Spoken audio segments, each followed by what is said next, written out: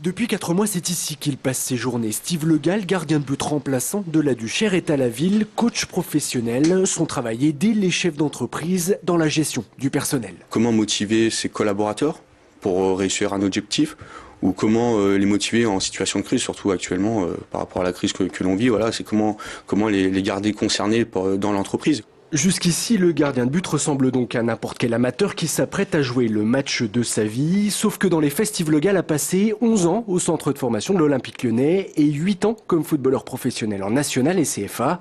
Alors dimanche contre l'OL, le gardien en est sûr, la Duchère jouera la qualification. On connaît le haut niveau, on l'a fréquenté, on l'a titillé le haut niveau. Donc on sait à quoi s'attendre face à une équipe de Ligue 1, puis surtout face à l'OL. On n'a pas envie d'être ridicule. Et puis déjà, on veut montrer aussi qu'il y a un deuxième club de football dans la région lyonnaise. Et un coup d'œil à la séance d'entraînement du soir suffit à s'en rendre compte. C'est clair, ici le haut niveau n'est pas loin. Comme Steve, une dizaine de joueurs sortent du centre de formation de l'OL. Ils ont des contrats fédéraux et vivent du football. Alors le match de dimanche, on le prépare comme n'importe quel autre, ou presque. On sait que c'est un grand rendez-vous. On a essayé de le préparer au mieux pour que les garçons soient à 100% le dimanche. Mais dans la préparation en elle-même, on n'a pas modifié grand-chose. Là, le coach il a axé l'accent sur la vitesse et de la force. Et après, on a fini par un petit jeu banni pour mettre un peu d'intensité et puis avoir un peu de peps.